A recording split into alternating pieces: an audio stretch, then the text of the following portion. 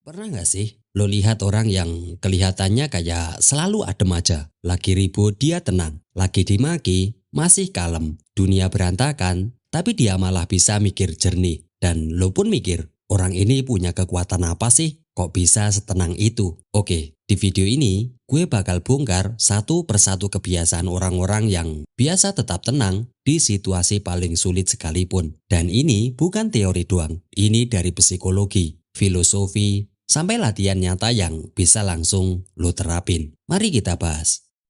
Oke, jadi gini, orang yang bisa tetap tenang waktu stres bukan karena hidup mereka adem terus, atau karena mereka nggak pernah tegang, tapi karena mereka ngerti banget gimana tubuh mereka bereaksi saat stres muncul. Gue kasih analogi dulu biar kebayang.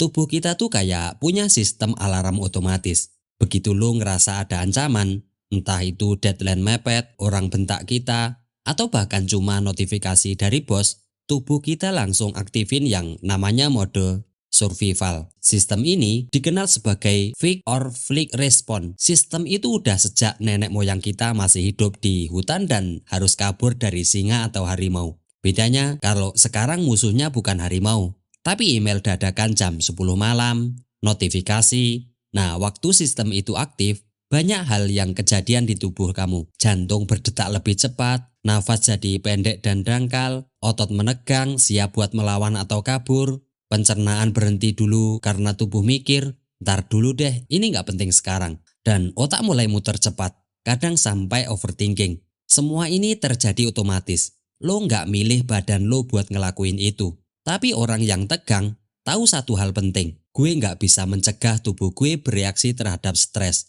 Tapi gue bisa menenangkan dan mengendalikan reaksi itu supaya nggak berlebihan. Caranya gimana? Pertama mereka sadar sama sinyal tubuhnya. Misalnya, oke, nafas gue mulai ngus-ngusan, tangan gue mulai dingin, suara gue naik dikit. Orang biasa seringnya nggak nyadar, tiba-tiba udah meledak aja. Tapi orang yang tenang itu jago banget ngebaca sinyal awal dari tubuh mereka. Kedua, mereka punya cara buat matiin alarmnya. Salah satu yang paling sering dipakai yaitu adalah pernafasan sadar. Gue kasih contoh simpel. Namanya box breathing. Lo tarik nafas 4 detik, tahan 4 detik, buang nafas 4 detik, tahan lagi 4 detik. Terus ulangi berkali-kali. Kenapa ini manjur?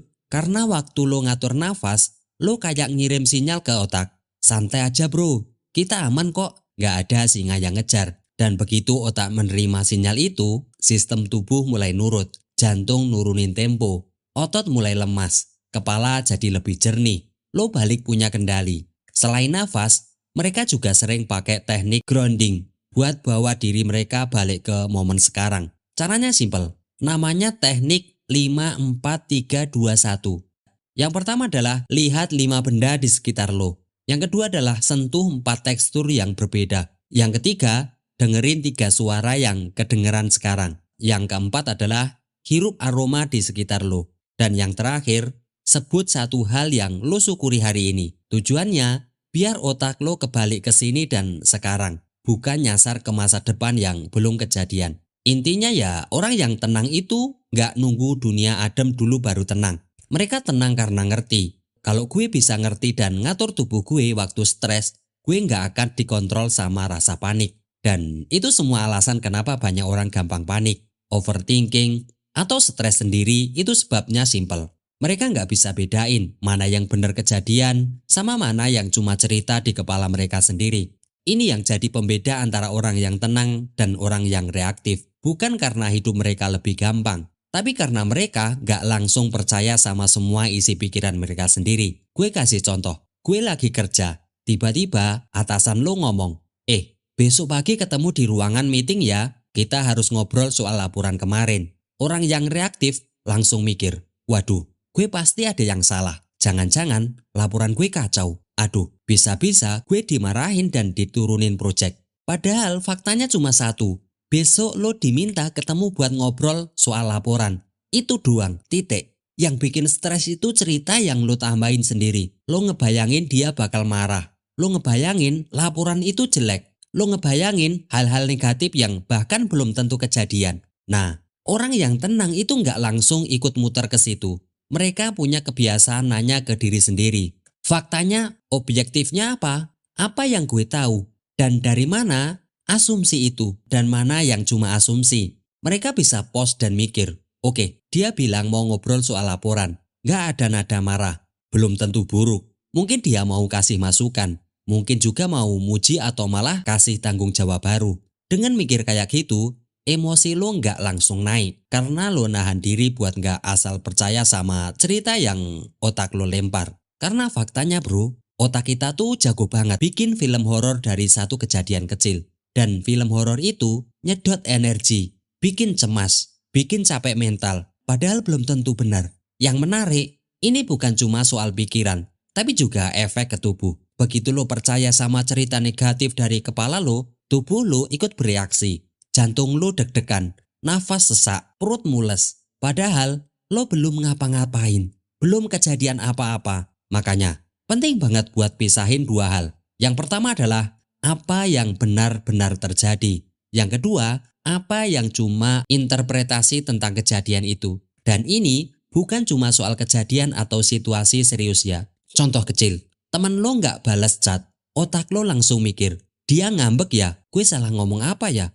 Jangan-jangan dia nggak suka temenan sama gue. Padahal faktanya cuma satu, dia belum balas chat kamu. Udah, mungkin dia sibuk, mungkin HP-nya mati, mungkin lagi pengen off dulu. Yang bikin lo overthinking itu karena lo naruh asumsi seolah itu kebenaran. Jadi orang yang tenang itu punya mental filter. Setiap kali ada kejadian, mereka sharing dulu. Ini fakta atau opini? Ini realita atau cuma narasi kepala gue sendiri? Dan begitu lo mulai jago ngelakuin ini, lo nggak gampang ditarik drama yang lo ciptain sendiri. Lo bisa ambil keputusan lebih tenang, lebih rasional, dan nggak capek batin. Intinya gini bro, nggak semua yang lo pikirin itu benar. Dan lo nggak harus percaya sama semua suara di kepala lo. Kalau lo bisa latih diri lo buat bedain fakta dan cerita, hidup lo bakal jauh lebih ringan. Jadi gini, orang yang tenang itu bukan berarti mereka nggak punya emosi. Mereka juga kesal, kecewa, tersinggung, atau jengkel. Sama kayak orang lain. Tapi bedanya mereka nggak langsung bereaksi. Mereka nahan dulu. Ada jeda. Dan itu, jeda itulah mereka ambil alih kendali. Banyak dari kita tuh sering banget autopilot. Disenggol dikit langsung panik. Dapat pesan nyolot, langsung balas panjang-panjang. Hal kecil nggak sesuai ekspektasi, langsung misuh-misuh. Lempar barang, marah-marah. Kenapa? Karena kita nggak ngasih ruang buat mikir sebelum bertindak. Orang yang tenang tuh punya kebiasaan. Berhenti dulu, baru pilih respon. Dan ini bukan cuma soal kelihatan elegan, tapi juga soal efektivitas. Gue kasih contoh. Lo lagi di jalan, buru-buru. Tiba-tiba ada motor nyalip di kiri sambil marah-marah nggak jelas. Refleksinya pengen maki balik, tapi lo jeda sebentar dan mikir kalau gue ladenin ini bakal jadi panjang. Emosi gue bakal kacau, bisa ribut, telat sampai tujuan, nyesel seharian. Nah, orang yang tenang tuh selalu mikir ke depan. Mereka nggak mau satu emosi kecil menghancurin emosi satu hari penuh. Dan istilah kerennya dalam psikologi, respon gap atau jeda antara stimulus dan reaksi. Disitulah letak kebebasan lo. Semakin panjang jeda itu, semakin besar kendali yang lo punya atas hidup. Dan biasanya, sebelum mereka merespon, mereka juga ngasih nama dulu ke emosi yang mereka rasain. Bukan cuma gue marah, tapi lebih detail. Gue ngerasa nggak dihargai, gue merasa dipojokkan, gue takut gagal. Dengan ngasih nama yang tepat, emosi lo jadi lebih jinak. Otak lo nggak cuma bereaksi, tapi mulai mikir, oke, ini bisa gue atur. Kadang mereka juga punya kebiasaan buat nanya ke diri sendiri sebelum ambil sikap.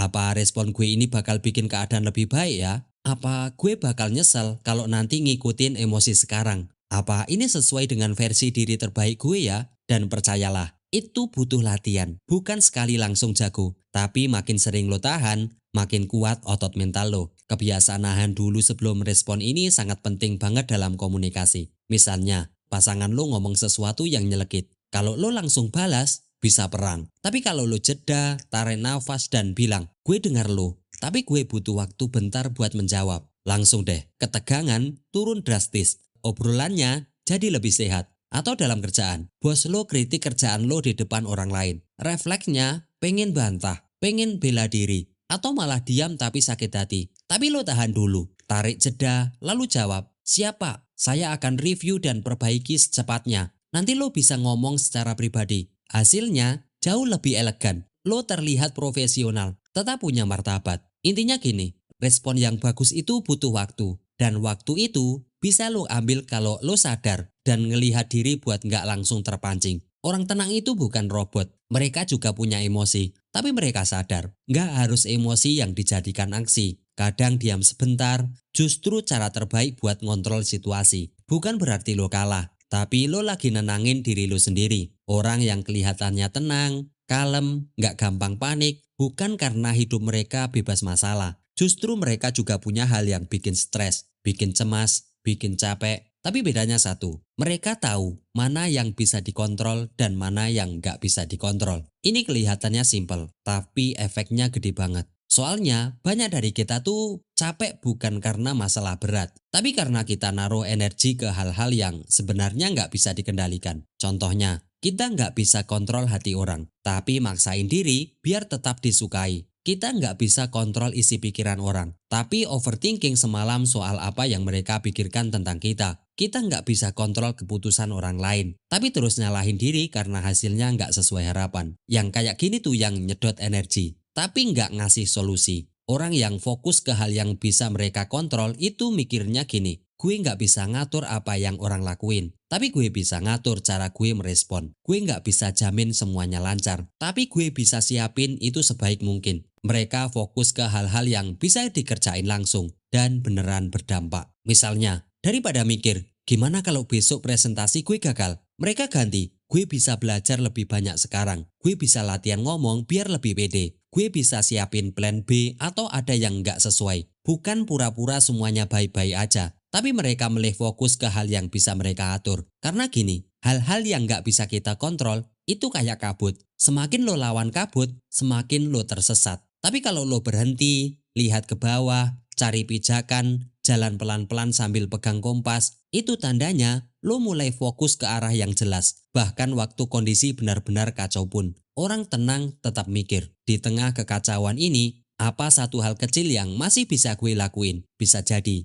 tarik nafas panjang, nulis prioritas, minum air putih, atau cuma ngingetin diri, tenang dulu, jangan buru-buru panik. Simple, tapi powerful. Mindset ini juga ngaruh ke emosi. Semakin lo mikir hal yang gak bisa lo atur, semakin lo ngerasa lemah dan gak berdaya. Tapi kalau lo fokus ke hal yang bisa diubah, pelan-pelan lo ngerasa lebih kuat, lebih tenang, dan lebih siap. Contoh paling nyata tuh pas ngadepin orang lain. Orang nyebelin gak bisa diubah. Tapi sikap kita ke mereka, cara kita merespon, itu sepenuhnya kendali kita. Bisa jadi lo milih cuekin, atau jawab dengan tenang, atau jaga jarak. Yang penting bukan bikin mereka berubah, tapi jangan sampai kita ikut rusak mood sendiri. Dan lucunya, semakin kita fokus ke diri sendiri dan hal-hal yang kita atur, semakin besar juga pengaruh positif kita ke sekitar kita. Orang lain bakal lihat, wah ini orang tenang ya, nggak gampang kebawa emosi ya, tetap jalan terus walaupun banyak hal yang gak ideal. Dampaknya luas, tapi semua dimulai dari hal kecil yang bisa dikontrol sendiri. Intinya gini, lo nggak bisa ngontrol arah angin, tapi lo bisa ngatur posisi layar. Dan kadang itu udah cukup buat bawa lo sampai ke tujuan. Orang yang kelihatannya stabil, tenang, dewasa, itu bukan karena mereka nggak pernah gagal atau marah. Tapi karena mereka punya satu kebiasaan yang nggak semua orang punya. Mereka rutin ngaca ke dalam. Mereka refleksi diri, bukan ngaca buat nyalahin diri, tapi buat melihat. Hari ini gue ngelakuin apa ya? Apa yang bisa aku pelajari? Gue bener-bener jadi terbaik gue atau belum ya? Refleksi diri itu kayak bersihin kaca. Kalau lo nggak pernah ngelakuin, makin lama makin buram. Sampai lo nggak bisa lihat diri lo sendiri dengan jernih. Dan itu bahaya, karena akhirnya lo hidup dalam mode otomatis. Asal jalan, asal reaksi, asal ngomong, tanpa sadar apa yang lo tanam dan lo timbulin. Orang yang reflektif itu biasanya punya momen-momen khusus. Nggak perlu drama, cuma duduk, diam, dan mikir. Apa yang sebenarnya gue rasain hari ini? Tadi gue kesel banget, tapi kenapa ya? Apa karena orangnya? Atau sebenarnya gue yang lagi capek? Gue marah karena orang lain? Atau karena ekspektasi gue sendiri nggak dipenuhi? Mereka gali, mereka korek, mereka nggak langsung lempar semua salah keluar. Dan ini yang bikin mereka beda. Refleksi itu bukan nyari siapa yang salah, tapi lebih ke nanya apa peran gue dalam kejadian ini. Karena dari situ lo bisa belajar, lo bisa tumbuh. Tanpa refleksi, lo bakal ngulang pola yang sama, ketemu masalah yang sama, Dan herannya, lo juga bakal nyalahin hal yang sama. Misalnya nih, lo ngerasa semua atasan lo toksik. Dia pindah kerja selalu merasa nggak dihargai. Kalau nggak pernah refleksi, lo bakal terus mikir, lingkungan gue salah, orang-orang di sekitar gue selalu bermasalah. Tapi kalau lo punya kebiasaan refleksi, lo mungkin bakal sadar, gue selalu nahan unek-unek sampai akhirnya meledak. Atau gue kurang komunikasi dari awal, jadi orang-orang salah paham. Dan dari situ, lo punya peluang buat ubah sesuatu. Itu kekuatan refleksi diri. Kadang refleksi juga muncul dari pertanyaan-pertanyaan kecil seperti, apa momen yang paling gue syukuri hari ini? Apa sesuatu yang bisa gue sesali hari ini? Kalau hari ini bisa gue ulang, bagian mana yang pengen gue lakuin dengan lebih baik? Dan lo nggak harus nulis panjang-panjang. Kadang cukup 5 menit sebelum tidur. Atau pas lagi di motor bengong di lampu merah. Yang penting,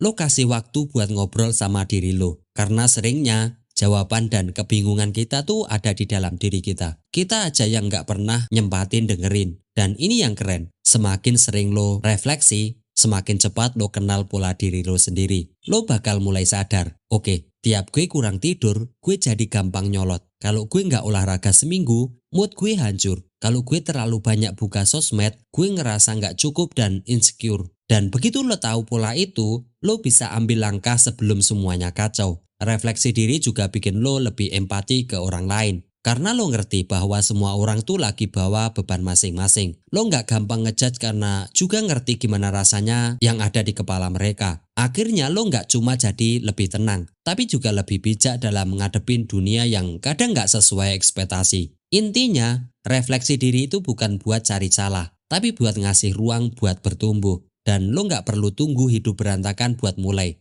Cukup tanya diri lo pelan-pelan, gue udah jujur belum hari ini? Gue sudah melangkah sesuai nilai gue belum? Kalau gue ketemu versi dari gue 5 tahun lalu, apa yang dia bakal bilang? Jawaban dari pertanyaan-pertanyaan kayak gitu kadang bisa ngebuka pintu yang kita nggak pernah sadar selama kita kunci sendiri. Orang-orang yang hidupnya kelihatan tenang, kuat, dan stabil itu bukan karena mereka nggak pernah ngalamin badai, tapi karena mereka tahu cara bangun pondasi yang kokoh sebelum badai datang. Dan salah satu pondasi itu adalah refleksi. Mereka kenali diri sendiri, tahu kelemahannya, ngerti polanya, dan karena itu mereka bisa ambil keputusan yang lebih bijak. Mereka nggak buru-buru ngejudge orang, nggak buru-buru nyalahin dunia. Dan yang paling penting, mereka nggak buru-buru nyalahin diri sendiri juga. Mereka belajar buat jadi dewasa secara emosi. Nggak semua harus dilawan, nggak semua harus dibalas, nggak semua harus diselesaikan sekaligus juga. Kadang yang lo butuhin cuma satu langkah kecil, diam sebentar, nafas panjang, dan tanya ke diri lo sendiri.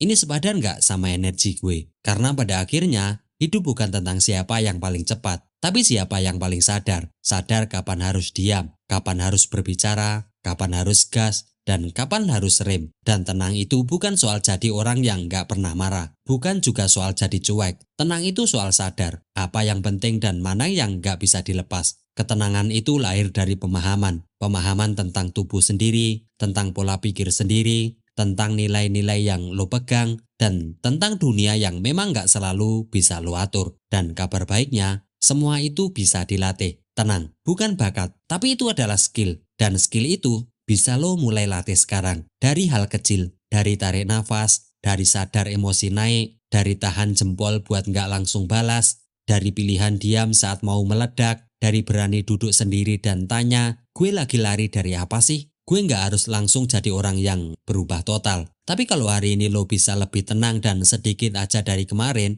itu sudah kemajuan. Dan 1 detik itu bisa nyelamatin hubungan, bisa nyelamatin reputasi, bisa nyelamatin hari lo dari kerusakan. Jadi kalau lo melihat orang yang kelihatannya kelam, dewasa, dan adem banget, jangan langsung mikir dia punya hidup yang mulus. Bisa jadi dia udah jatuh berkali-kali, tapi dia belajar. Bisa jadi dia udah lama latihan mengelola dirinya sendiri. Dan sekarang giliran kamu. Lo bisa jadi orang yang kayak gitu, yang tetap tenang walaupun dunia lagi ribut, yang tetap jernih walaupun pikiran lagi ruwet, yang tetap berdiri walaupun hati sempat goyah. Karena yang lo butuhin bukan dunia yang lebih adem, tapi kendali yang lebih dalam. Terima kasih telah sampai di akhir dari video ini. Kalau lo suka video ini, jangan lupa pencet tombol like, share ke teman lo yang lagi butuh ketenangan, dan subscribe biar nggak ketinggalan konten-konten kami lainnya. Dan yang terakhir, sampai jumpa di video berikutnya.